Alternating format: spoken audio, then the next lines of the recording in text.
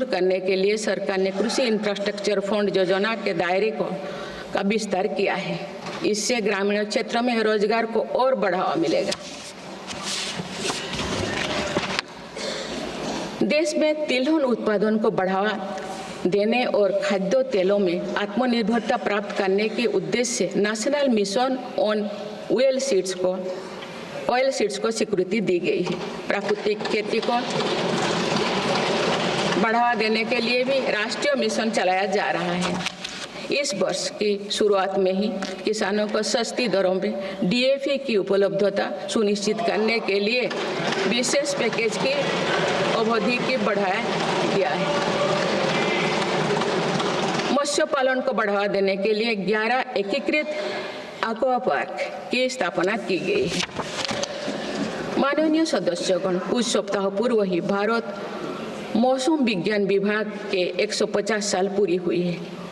Weather ready और climate smart Bharat के लिए मेरी सरकार ने 2000 करोड़ रुपए की लागत से मिशन मौसम प्रारंभ किया है, जिसका लाभ हमारे किसानों को भी मिलेगा।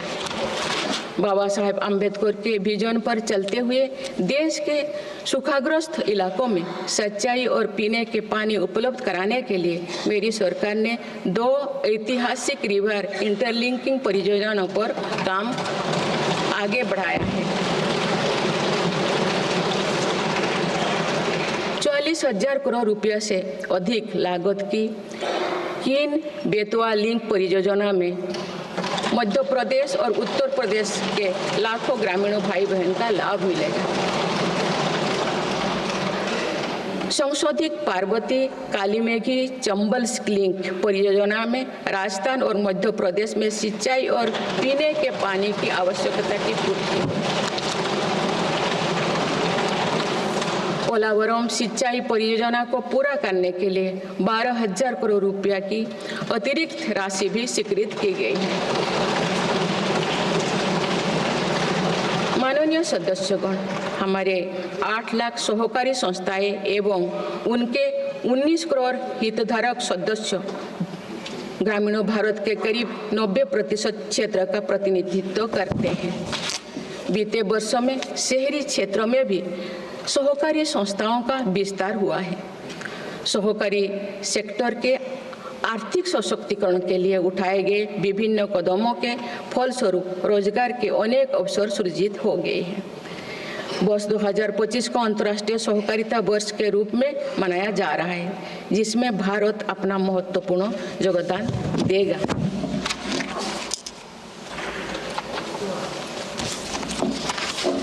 माननीय सदस्यगण, हम जब राष्ट्र के विकास और उपलब्धियों की चर्चा करते हैं तो वास्तव में हम राष्ट्र के नागरिकों की क्षमता एवं उपलब्धियों का ही उल्लेख कर रहे होते हैं। आज देश के विकास में सबका साथ है, इसीलिए हम देश के सही सामर्थ्यों का अनुभव कर पा रहे हैं। मेरी सरकार के प्रयासों का सबसे अधिक लाभ देश के दलित, वंचित और आदिवासी समाज को मिल रहा है।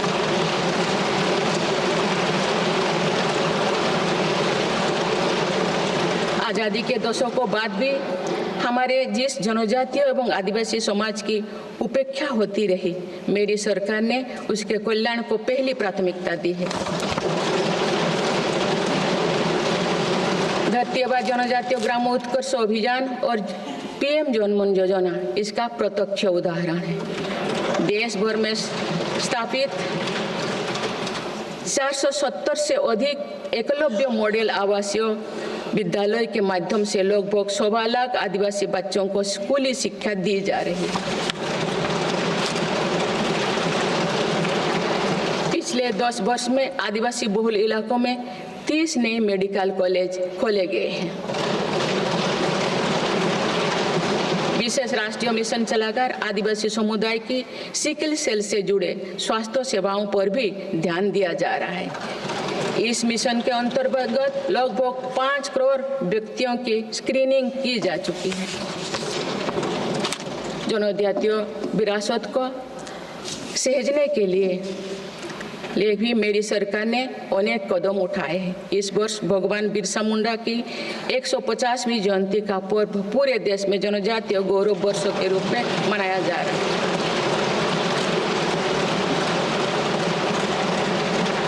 माननीय सदस्यगण, विकसित भारत की एक महत्वपूर्ण कसौटी देश का संतुलित विकास है। किसी क्षेत्रों में ये भावना नहीं होनी चाहिए कि वे विकास में पीछे छूट रहे हैं। मेरी सरकार ने नॉर्थ ईस्ट के लोगों की इन्हीं भावनाओं को समझा, उनके दिल से दूरियों का भाव समाप्त किया।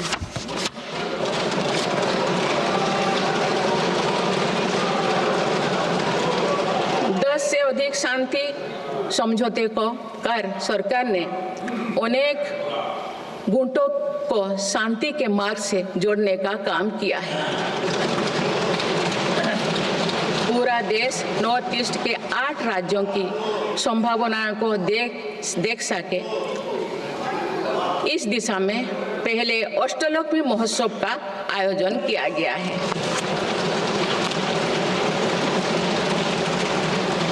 पूर्वोत्तर के विकास के साथ साथ सरकार ने देश के पूर्वोदय यानी पूर्वी राज्यों के सर्वांगीण विकास की कार्य योजना पर काम शुरू कर दिया गया है, जिससे रोजगार के नए अवसर भी उपलब्ध होगी।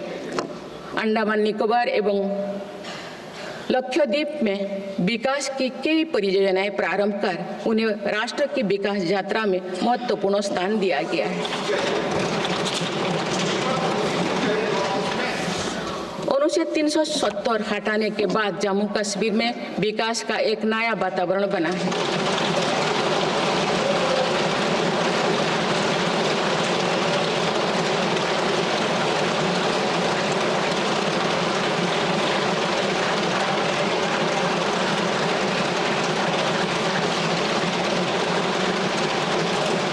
जम्मू कश्मीर में लोकसभा चुनाव एवं विधानसभा चुनाव अत्यंत शांतिपूर्ण माहौल में संपन्न हुए। जम्मू कश्मीर के लोग इसके लिए बधाई के पात्र हैं। माननीय सदस्यगण, राष्ट्र या समाज की सफलता समावेशी एवं सर्वस्पर्शी तभी होती है जब वो सिद्धांतों से प्रेरित हो। इसलिए मेरी सरकार ने उन मौलिक सिद्धांतों को हमेशा अपने कार्यनीति के केंद्र में रखा, जिनका निर्देश हमारे संविधान ने दिया है। संविधान के आलोक में मेरी सरकार की प्रमुख सैद्धांतिक प्रेरणा है सेवा।